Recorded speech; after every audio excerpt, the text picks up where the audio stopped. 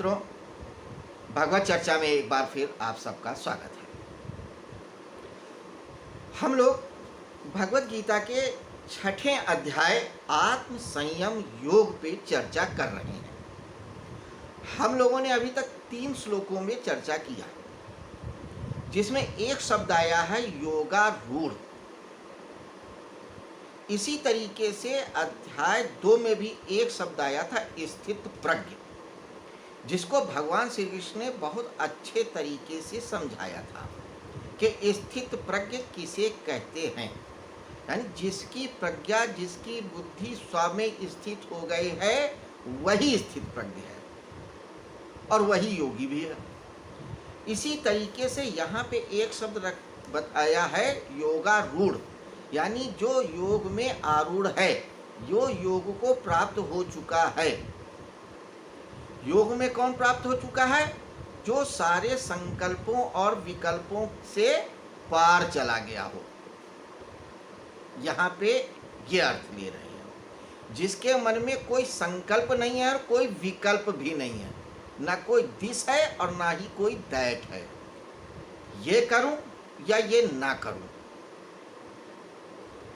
ये सिद्धांत अपनाऊं या वो सिद्धांत अपनाऊं, सांख्य योगी बनूं या कर्म योगी बनूं, युद्ध करूं या ना करूं, संसार में रहूं या संसार के पार चला जाऊं, किसी भी प्रकार का कोई द्वंद्व नहीं रह जाता तो व्यक्ति वो योग में होता है। उसी को योगारूढ़ कहते हैं। तो भगवान श्री कृष्ण ने बताया था, जब व्यक्ति सारे संकल्पों से परे हो जाता है तो योगारूढ़ हो जाता है। यही सारा है। अब इसी बात को ये चौथे श्लोक में फिर से बता रहे हैं।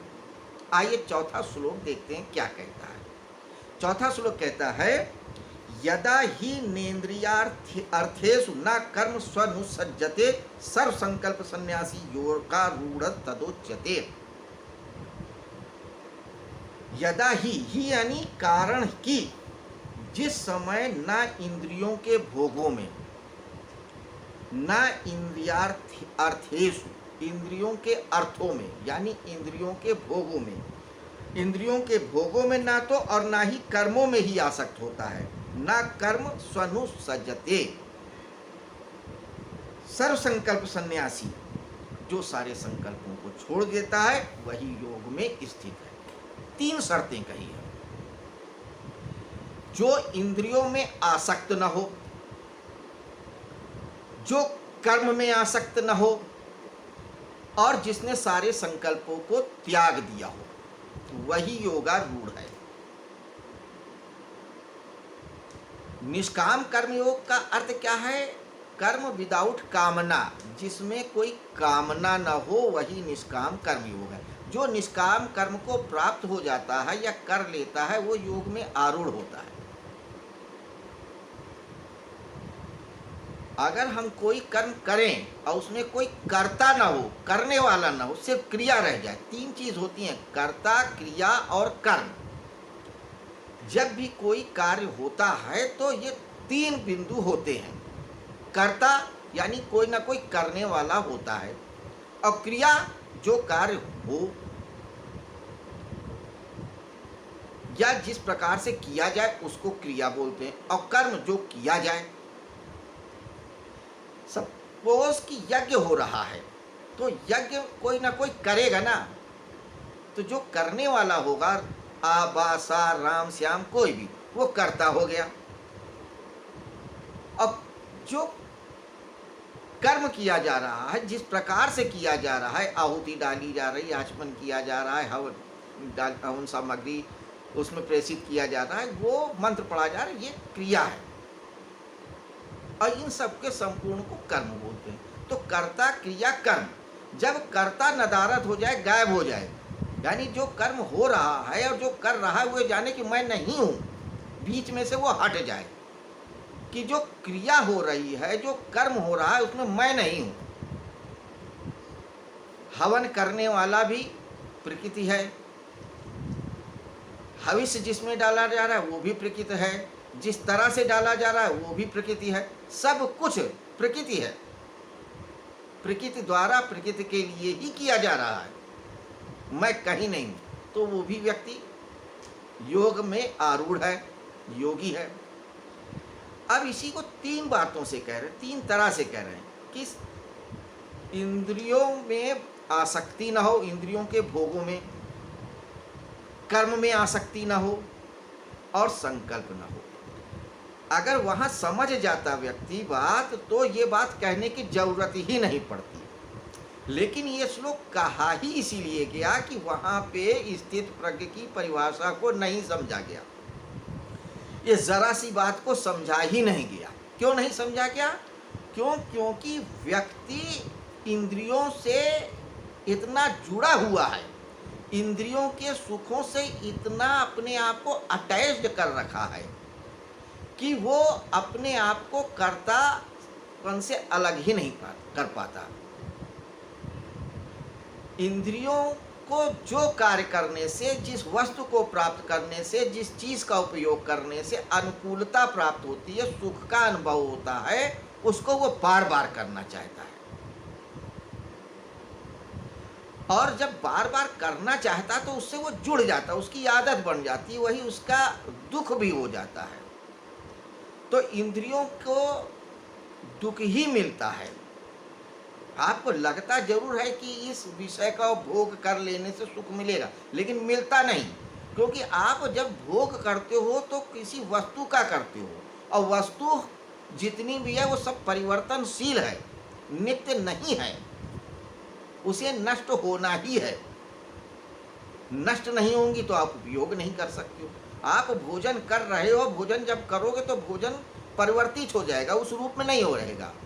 उसी रूप में रहेगा तो आप भोजन नहीं कर पाओगे। तो जिस भी वस्तु का उपयोग करोगे तो वो नष्ट होनी है, तो उससे जो सुख मिलता है वो भी नष्ट होने वाला है। तो इसलिए इंद्रियों से जो भी सुख मिलता है वो सब नष्ट होने वाला है, परिवर्तनशील है, हमेशा नहीं रहने वाला है। इसलिए कहते हैं कि यहाँ पे भगवान श्री कृष्ण की इंद्रियों से जो भी सुख मिलता है उससे अलग हो जाओ। दूसरा क्या कहते हैं? कर्म स्वनुसज्जते, कर्म से भी अलग हो जाओ। यहाँ पे कर्म की बात क्यों कहते हैं? एक्चुअली कर्म व्यक्ति इसलिए करता है कि उससे विषय भोग कर सके, वस्तुओं का अपनी इंद्रियों के सुख के लिए उपयोग कर सके, इसलिए वो कर्म करता है। और कर्म का भी आदि और अंत होता है। जो कर्म आप कर रहे हो वो कभी शुरू भी करोगे और अंत भी करोगे। तो इसलिए कर्म भी क्या है, आदि अंत वाला होने की वजह से उसका जो फल होगा वो भी आदि अंत वाला होगा, हमेशा सुख नहीं देगा, लगेगा कि सुख दे रहे हैं। इसलिए कर्म से आसक्ति मत रखो।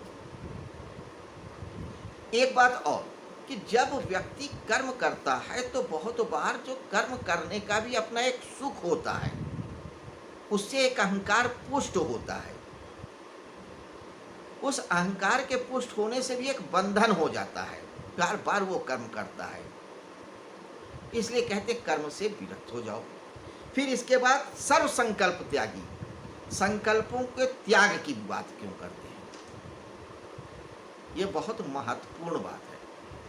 एक्चुअली क्या होता है कि व्यक्ति के अंदर हर समय कुछ ना कुछ स्फुरणाएं होती हैं। स्फुरना मतलब कोई ना एक भाव आता है, कोई एक विचार आता है, कुछ प्राप्त करने का, कुछ भोग करने का।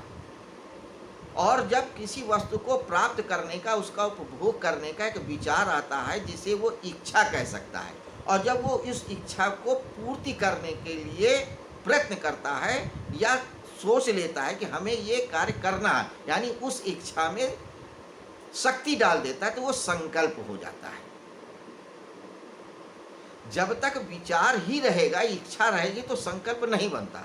संकल्प तब बनता है जब हम उस इच्छा में शक्ति डाल देते हैं,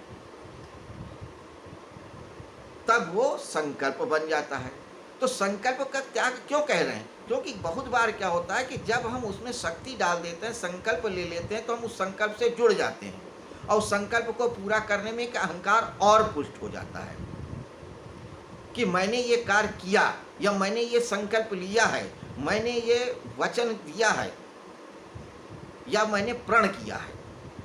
और जहाँ पे व्यक्ति संकल्प से जुड़ जाता है अपने, वहीं पे वो बंध जाता है। भीष्म पितामह के साथ क्या हुआ? भीष्म पितामह भी वेद के, पुराण के, योग के बहुत बड़े ज्ञाता थे। सारे वेद वेदांगों का उन्होंने भी अनुभव किया था, उन्होंने भी अध्ययन किया था, लेकिन वो क्यों नहीं मुक्त हो पा रहे थे? क्यों? क्योंकि वो संकल्प से बंध गए थे। उन्होंने संकल्प दिया था कि जब तक मैं हूं तब तक मैं हस्तिनापुर की रक्षा करूंगा, विवाह नहीं करूंगा। और हस्तिनापुर से वो जुड़ गए थे, एक संकल्प ले लिया था, प्रतिज्ञा ले लिया था। इसी भीष्म प्रतिज्ञा, अटल प्रतिज्ञा, जिसे तोड़ना ही नहीं है। उस प्रतिज्ञा को उन्होंने अपनी आन बान और शान मान लिया।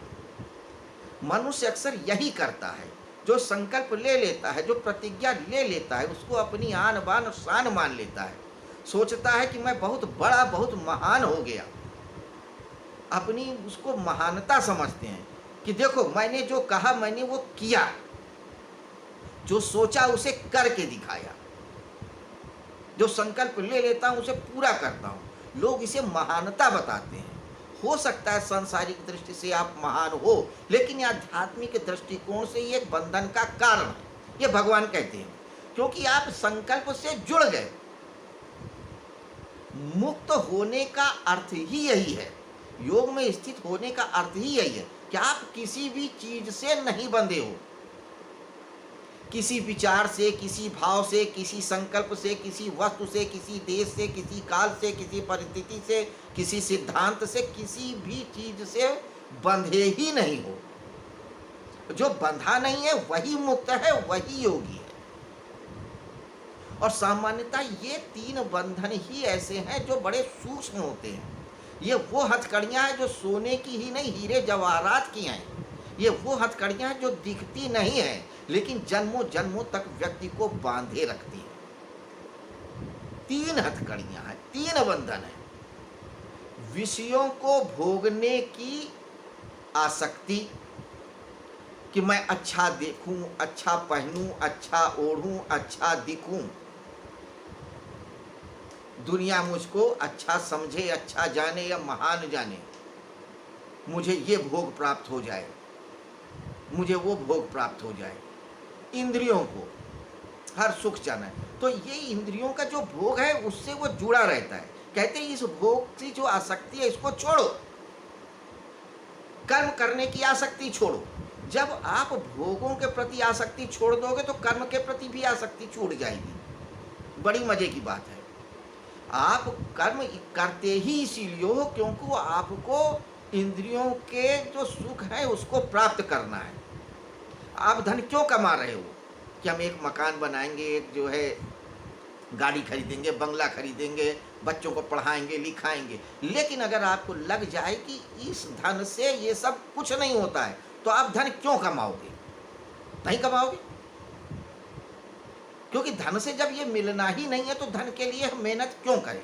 तो कर्म ही व्यक्ति करता है क्योंकि उसको इंद्रियों के सुखों को प्राप्त करना है। इंद्रियों के जो शुभ है, जो सुख है, अनुकूलता है, उसी को बरकरार रखना है, इसीलिए कर्म करता है।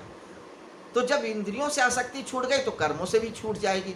लेकिन कई बार क्या होता है, व्यक्ति सांसारिक सुखों को तो छोड़ देता है लेकिन अपने अहंकार को नहीं छोड़ पाता है, कर्म को नहीं छोड़ पाता है। ये थोड़ा और सूक्ष्म हो जाता है।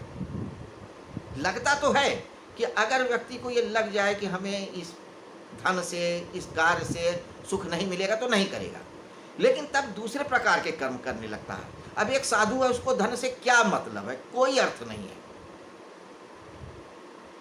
मान सम्मान से क्या मतलब है? कोई मतलब नहीं है। लेकिन फिर क्या होता है, वो अपने सिद्धांत से जुड़ जाता है, अपने अध्यात्म की सिद्धियों से जुड़ जाता है, वही कर्म करने लगता है कि आज मुझे ये व्रत करना है, ये उपवास करना है, ये ध्यान करना है, ये मनन करना है, ये चिंतन करना है, ये उपदेश करना है, इतने शिष्य बनाना है, इतने संप्रदाय को बढ़ाना। फिर उसी से जुड़ जाता है, फिर वो एक नया कर्म करने लगता है। अभी आप मकान बना रहे थे, अब आप आश्रम बनाने लगे। कर्म तो वही है ना, आश्रम में भी वही इमारतें हैं, वही कमरे हैं, वही व्यक्ति हैं। घर में भी वही इमारतें हैं, वही व्यक्ति हैं। तो कृष्ण कहते हैं ये कर्मों के प्रति जो आसक्ति है इसको भी छोड़ो, विषयों के प्रति जो आसक्ति है इसको भी छोड़ो, और संकल्प को भी छोड़ो। यानी जो आप कहते हो जो अहंकार है ये बड़ा सूक्ष्म अहंकार है, क्योंकि बड़े बड़े योगी भी इस अहंकार से, इस संकल्प से जुड़ जाते हैं, बड़े बड़े संकल्प ले लेते हैं कि मुझे ये दर्शन पढ़ना है, ये सिद्धि प्राप्त करनी है, ये ज्ञान प्राप्त करना है, ये अनुभव प्राप्त करना है, इस समाधि में जाना है, उस समाधि में जाना है। तो ये संकल्प ही है।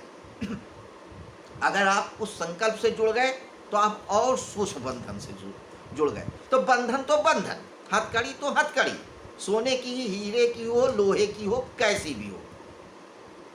तो कहते हैं कि बंधन तो बंधन, सारे बंधनों से मुक्त तभी होगे जब आप ये 3 कर्म करोगे। इंद्रियों के प्रति आसक्ति नहीं रखोगे, कर्मों के प्रति आसक्ति नहीं रखोगे, और संकल्पों के प्रति आसक्ति नहीं रखोगे। यही वजह रही है कि भगवान श्री कृष्ण कभी संकल्प ही नहीं करे। कोई बचपन से लेकर के जवानी तक और प्रौढ़ावस्था तक सारे युद्ध जीते, बचपन से ही पूतना को मारा, बकासुर को मारा, कंस को मारा, राक्षसों को मारा, महाभारत युद्ध में भी सब पांडवों को जिता दिया, सब जिता दिया। बाद में हार जाते हैं, रणछोड़ दास कहलाते हैं, और जिस द्वारिका, जिस शहर को बसाया, सारी नहीं यहाँ पे जितना मथुरा उथुरा सब बसाने के बाद फिर द्वारिका चले जाते हैं, छोड़ ही देते हैं अपना सारा शहर, सारा गांव, सारा परिवार, नया शहर बसा लेते हैं। भले लोग कहो कि रणछोड़ दास हैं, जिन्होंने संसार को जीत लिया वो अपना शहर छोड़ के चला जाता है, क्योंकि उनको संकल्प ही नहीं करना है, क्योंकि वो जानते हैं कि भले मैंने संसार जोड़ लिया तो फिर इस शहर से क्या जोड़ना। तो उन्होंने हमेशा संकल्पों को भी छोड़ दिया। संकल्प करे, ऐसा नहीं कि संकल्प ही नहीं किया, संकल्प भी जरूरी है। अगर संकल्प नहीं करोगे तो कोई कार्य ही नहीं होगा, ये संसार का चक्र ही नहीं चलेगा। तो संकल्प तो करना है, लेकिन संकल्पों को लेके ही नहीं चिपक जाना है। अगर आपको मोक्ष की और परम सत्य की आकांक्षा है तो, नहीं है तो कोई बात ही नहीं, फिर संकल्प लिए आप पड़े रहिए, भीषु बने रहिए, सरसैया में लेटे रहिए। तो ये संसार सरसैया ही तो है, फिर कोई बात ही नहीं, तब फिर वो बात मोक्ष हो जाएगी। तो कृष्ण ने कभी भी संकल्पों को अपना जीवन मरण का प्रश्न ही नहीं माना, छोड़ ही दिया। युद्ध न करने का संकल्प लिया, छोड़ दिया, सारा संसार जीता, उसके बाद जो अपने ही वंश के लोगों से युद्ध करते हुए शहर को छोड़ दिया, रणछोड़ दास कह रहा है, संकल्प छोड़। तो कहने का अर्थ यह है कि मुक्ति तभी संभव है जब आप इंद्रियों के सुखों से परे हो जाओ, कर्म की आकांक्षा से परे हो जाओ, और संकल्पों से परे हो जाओ। और जब आप ये 3 कर्म कर लोगे तो आप योग में आरूढ़ हो ही। ऐसा नहीं है कि आपको फिर ये सारी चीजें करने के बाद आपको जाकर के योग के ऊपर बैठना पड़ेगा, कुछ और करना पड़ेगा, नहीं। ये 3 कर्म आपने किए तो आप योग में ही हो, फिर कुछ और करने की जरूरत ही नहीं है। आशा है आप सभी इस श्लोक के अर्थों को आप समझ गए होंगे। अब इस श्लोक को फिर से अध्ययन करिए, फिर से मनन करिए, फिर चिंतन करिए, फिर जीवन में उतारिए, तभी इस भगवत चर्चा का वास्तविक अर्थ है, वरना फिर व्यर्थ है। सिर्फ एक जो है टाइम पास की बात है, टाइम पास के लिए आप कुछ भी करते हो तो ये एक वक्त का जाया करना है, जब तक आपने इनके अर्थ को समझ के जीवन में नहीं उतरता या मनन चिंतन नहीं किया। इसीलिए मैं कहता हूँ बार बार कि यह चर्चा में हमने ये बात किया है कि भगवत गीता का एक एक श्लोक अपने आप में पूर्ण है, और जैसे ही आप ये 3 कर्म करोगे देखोगे सारे वेद पुराण उपनिषद का ज्ञान सब कुछ आपके पास आ जाएगा। आप ऐसे समुंदर बन जाओगे जिन पे ज्ञान की नदियां अपने आप आ करके उतर जाएंगी, आप ज्ञान का सागर हो जाओगे। अगर आकांक्षा है तो वो भी। हालांकि जीवन मुक्त जो हो जाता है, जो योग में आरूढ़ हो जाता है, फिर उसे ये भी आकांक्षा नहीं होती है कि मैं ज्ञानी हो जाऊं, समंदर हो जाऊं, ईश्वर हो जाऊं, कोई आकांक्षा ही नहीं रह जाती है। तो मित्रों, आज अब यहीं पे हम चर्चा को समाप्त करते हैं। कल फिर मिलेंगे नए श्लोक के साथ, नई बातों के साथ। तब तक के लिए विराम। नमस्कार।